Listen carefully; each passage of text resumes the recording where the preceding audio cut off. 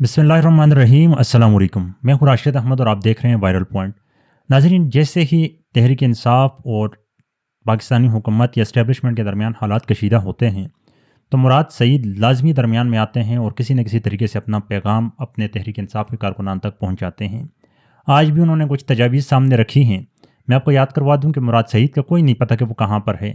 Election ہونے کے باوجود ابھی تک وہ نامعلوم مقام پر ہیں اور وہ سامنے نہیں آ سکتے، بقول ان کی زندگی کو بہت زیادہ خطرہ ہے۔ آج عمران خان کے اوپر اڈیالہ جیل میں ملاقاتوں پر پابندی، علی امین گنڈاپور کے خلاف پنجے تیز کر دیے گئے تو مراد سعید سامنے آئے، اور جہاں انہوں نے کوئی تمہید باندھی وہیں پر اپنے کارکنان کے لیے کوئی تجاویز بھی انہوں نے سامنے رکھی۔ تو میں آپ کے لیے یہ ساتھ ساتھ لگا رہا ہوں، اگر آپ پڑھنا چاہیں آپ پڑھ بھی سکتے ہیں، میں پڑھتا ہوں، آپ ساتھ سن بھی سکتے ہیں۔ تو چلتے ہیں مراد سعید کے پیغام کی طرف۔ مراد سعید لکھتے ہیں کہ 9 اپریل 2022 کی رات کو شروع ہونے والا تماشا 9 فروری 2024 کو ختم نہیں ہونا تھا، اور نہ یہ ایسے ختم ہوگا۔ عمران خان کو جن کی ایما پر ہٹایا گیا تھا انہیں اس کی واپسی قبول نہیں ہے، چاہے اس کے لیے 24 کروڑ کے ملک کو آگ میں جھونک دیا جائے۔ اس بات کا ادراک ہمیں 9 اپریل کی رات کو ہی تھا۔ 9 فروری کے بعد صرف ہمارے خدشات پر ایک اور تصدیقی مہر ثبت ہوئی ہے۔ امریکہ کو ایبسولوٹلی ناٹ بولنا، یوکرائن جنگ میں یورپی یونین کی ہم نوائی نہ کرنا، اسرائیل کو تسلیم کرنے سے انکار اور ہندوستان کی اچاراداری کے سامنے سر تسلیم ہم نہ کرنا عمران خان کے وہ جرائم ہیں جو بیرونی طاقتوں کے لیے تو ناقابل قبول ہیں ہی، مگر ان کے اندرونی مہروں کی بقا بھی اسی میں ہے کہ عمران خان نام کی کوئی تلوار ان کی پیش بہا اور آئین و قانون سے مبرہ طاقت پر نہ لٹکتی رہے۔ 2 سال کی بدترین فسطائیت اسی امید پر تھی کہ عمران خان پیچھے ہٹ جائے یا عوام تھک جائے۔ اس دوران یہ کوششیں بھی مستقل جاری رہیں کہ عمران خان نام کا کانٹا ہی نکال دیا جائے۔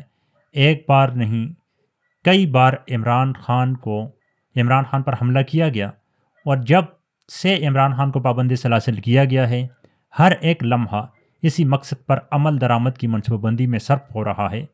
میں متعدد بار یہ اشارہ دے چکا ہوں اور اب مزید واضح کر رہا ہوں۔ اس ملک پر قابض خدائی کے دعوے داروں کا یہ فیصلہ ہے کہ عمران خان کو نومبر سے پہلے رستے سے ہٹانا ہے۔ زندگی اور موت اللہ کے ہاتھ میں ہے۔ جس ذات نے آج تک عمران خان کی زندگی کی حفاظت کی ہے وہ انشاءاللہ آگے بھی کرے گی، مگر عین ممکن ہے کہ 18 مارچ 2023 کی طرح اس مرتبہ بھی وسیلہ اللہ نے اس کی قوم کو بنانا لکھا ہو، اور یہ کوشش ہم پر فرض ہے۔ اس لیے بھی ہے کہ عمران خان کی زندگی کی ضرورت عمران خان کو نہیں ہے، عمران خان کی قوم کو ہے اور ہمیں ہے۔ چنانچہ لازم ہے کہ ہم اپنی طاقتیں جمع کریں اور منظم ہو کر میدان میں اتریں۔ ان کے پاس اگر ہتھیار اور اختیار ہے تو ہمارے پاس تحریر اور قلب جرار ہے، حق پر ہونے کا اعزاز ہے۔ اس وقت متعدد منصوبوں پر کاربند ہے۔ ان سب کا مقصد ایک ہی ہے، عمران خان کے سائے تلے تک سے نجات پانا۔ اس کے لیے اڈیالہ پر دہشت گردوں کا حملہ، سیکورٹی رسک کا ڈرامہ، مذہبی جنونیت اور جیل میں قیدیوں کی لڑائی کے قصے بھی پھیلائے گئے۔ ان کی صحت کے حوالے سے ہی پہلے ہی بی بی کو دھمکی دی گئی تھی۔ عمران خان کو بنی گالہ منتقل کرنے کے بابت بھی غور و خوض ہوا۔ بنی گالہ میں بشرا بی بی سے جو سلوک روا رکھا گیا ہے اور ان کی منتقلی پر کیسی خبریں چلائی گئیں وہ سب آپ کے سامنے ہیں۔ بہر صورت خان کو نقصان پہنچانے کی ذمہ دار وہی قوتیں ہوں گی کہ جو عدالتوں کے فیصلوں کو روند کر ان سے ملاقاتوں پر پابندی عائد کرنے پر قادر ہیں۔ ان تمام امکانات اور چند دیگر حقائق کہ جن کا ذکر فی الوقت مناسب نہیں ہے کی بنا پر درج ذیل نکات الیکشن کے فوراً بعد ہی قیادت اور اوورسیز نمائندگان تک پہنچا چکا ہوں۔ اب چونکہ آپ کو حالات کی سنگینی کا درست اندازہ ہو چکا ہے، اس لیے اپنی قوم کے لیے بھی لکھ رہا ہوں۔ ہمیں اس وقت مکمل فوکس اور یکجہتی کے ساتھ عمران خان کی آواز بننا ہے۔ جہاں قومی اسمبلی میں مستقل عمران خان کی رہائی کی آواز کی گونج کم نہیں ہونی چاہیے، وہیں پر اپنے مینڈیٹ کی واپسی کا علم عدالتوں، میڈیا اور سڑکوں پر اونچا لہرانا ہے۔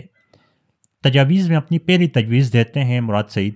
عمران خان کی تصویر لے کر پروگراموں میں شرکت کریں۔ جس چینل یا اینکر کو اس عمل پر اعتراض ہے اس پروگرام میں نہ جائیں۔ عمران خان، بشرا بی بی، شاہ محمود قریشی سمیت غیر قانونی طور پر پابند سلاسل کارکنان اور صحافیوں کی رہائی کے مطالبے سے بات کا آغاز کریں۔ میڈیا اپنی تمام تر مجبوریوں کے باوجود آپ کے وجود کی نفی نہیں کر سکتا، کیونکہ آپ اس ملک کی سب سے بڑی حقیقت ہیں۔ 2 سال سے جس وسطیت کا سامنا یہ قوم کر رہی ہے، اس پر ہیلنگ ٹچ صرف اسی انصاف کی صورت میں لگ سکتا ہے۔ انصاف کا پہلا مرحلہ قوم کے مینڈیٹ کی واپسی، اس سے کم پر آمادگی کا اظہار کر کے اپنے مقصد کو کمزور نہ کریں، یہ قوم کی قربانیوں کی توہین ہے۔ تجویز نمبر 2، سوشل میڈیا ایکٹیوسٹ، تحریک کے کارکنان، آفیشیل اکاؤنٹس روزمرہ کے معاملات کے ساتھ اپنا فوکس مینڈیٹ کی واپسی اور عمران خان، پارٹی لیڈران اور کارکنان کی رہائی پر ایسے رکھیں جیسے آپ کی زندگی اس پر منحصر ہو۔ کوئی بھی ذاتی بیانات، اختلافات، بیان در بیان اور آراء آپ کو یہ نہ بھلا پائیں کہ یہ جنگ آپ کے لیے کیا معنی رکھتی ہے۔ آپ کو شاید آج اندازہ نہ ہو رہا ہو، لیکن آپ کی زندگی واقعی ان 2 عوامل پر منحصر ہے۔ یقین نہیں آتا تو ان قوموں کو دیکھ لیں جن کی شہرگ میں فسطائیت پنجے گاڑ چکی ہے۔ آپ کو ان کے چہروں پر زندگی کی شاذ ہی کوئی رمق دکھائی دے گی۔ تجویز نمبر 3، جہاں ظلم کے اندھیرے گہرے ہونے کے اندیے دیے جا رہے ہیں، لازم ہے کہ ہم اتنے ہی دیے روشن کریں۔ جو لکھ سکتا ہے وہ لکھے، جو بول سکتا ہے وہ بولے، جس کی احتجاج کی سکت ہے وہ ان میں شرکت کرے۔ لیکن جس تحمل کے ساتھ یہ عمل آپ 2 سال سے جاری رکھے ہیں، اس صبر کا دامن ہاتھ سے نہیں چھوٹنا چاہیے۔ مد مقابل صفاق بھی ہے اور بے غیرت بھی۔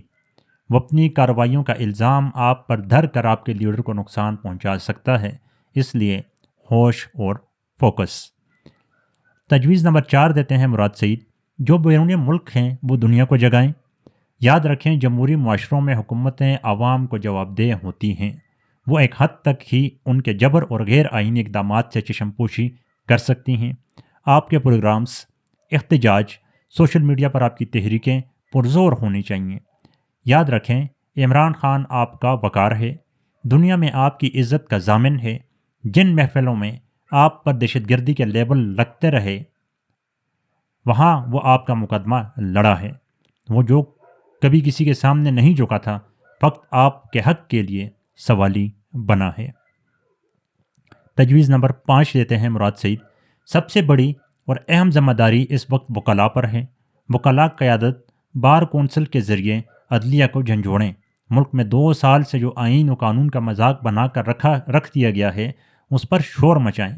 انسانی حقوق کی تنظیموں کو ان روگردانیوں سے آگاہ کریں جن کے ذریعے 24 کروڑ کے ملک کو یرغمال بنایا گیا ہے۔ تجویز نمبر 6 دیتے ہیں، قیادت کے مطابق وہ جلد ہی گزشتہ ہفتہ کے ملاقاتوں اور تنظیموں سے مشاورت کے مطابق لائے عمل کا اعلان کرے گی۔ میں اس تناظر میں اپنے یوتھ، ISF، ٹرانسپورٹرز اور ٹریڈرز تنظیموں اور VC تنظیموں جو کہ صرف پختونخوا میں 70,000 عہدیدار بنتے ہیں سے اپیل کرتا ہوں کہ آج رات سے ہی اپنی تیاری کر لیں۔ کسی بھی اعلان اور پرامن تحریک کے آغاز میں آپ کا کردار کلیدی ہوگا۔ آخر میں وہ لکھتے ہیں کہ میں ایک مرتبہ پھر دہرا دوں، مد مقابل صفاق بھی ہے اور بغیرت بھی ہے، وہ آپ ہی کو آپ کے خلاف استعمال کرے گا۔ ہمیں ہر قدم یہ سوچ کر اٹھانا ہے کہ ہمارے سامنے مقصد بہت بڑا ہے۔ ہمیں ان بیرونی طاقتوں کے اعلی کاروں، خدائی کے دعوے داروں سے اپنے لیڈر کی زندگی، اپنا منڈیٹ اور اپنا ملک تینوں بچانے ہیں۔ ان کی طاقت کا دار و مدار آپ کی خاموشی پر ہے، ان کی امید آپ کے حوصلے ٹوٹنے سے وابستہ ہے۔ آپ کے اونچے سر، آپ کی محکوم آوازیں، آپ کے جمع قدم ان کے پیروں تلے زمین سے سرکا رہے ہیں۔ یاد رکھیں آپ وہی قوم ہیں جو 15 اور 18 مارچ کو عمران خان کی ڈال بنی تھی۔ آپ متحد تھے، فوکسڈ تھے، تو قدرت نے بھی آپ کی مدد کی تھی۔ دل نہیں چھوڑنا، آپ کے خدا کو آج بھی کوئی شراکت نہیں۔ یہ مراد سعید کا پیغام تھا تحریک انصاف کے لیے، کافی لمبا ہو گیا، بہرحال میں نے کہا میں آپ کے سامنے رکھ دوں۔ بہت سے لوگ پڑھ نہیں پاتے، ڈرائیو کر رہے ہوتے ہیں یا اسکرین پر پڑھتے ہوئے ان کو پرابلم ہوتی ہے، تو میں نے آپ کے لیے اس کو آڈیو کی فارم میں یا ویڈیو کی فارم میں سامنے رکھا۔ تحریک انصاف کی جو ابھی تازہ اپڈیٹ آ رہی ہیں، حالات کچھ مناسب نظر نہیں آ رہے، کوئی سنجیدہ نظر نہیں آ رہے۔ یعنی پہلے بلے کا نشان چھین دیا گیا، عمران خان کو عجیب عجیب قسم کی سزائیں اور فوراً دے دی گئیں، جلدی دے دی گئیں، جس طرح توشہانہ کے چکروں میں جسٹس ہمایوں دلاور نے دی تھیں۔ اب ان کے ساتھ ملاقاتوں پر پابندی لگا دی گئی اور علی امین گھنٹا پور کو سی ایم شپ سے ہٹانے کے لیے الیکشن کمیشن پر تول رہا ہے۔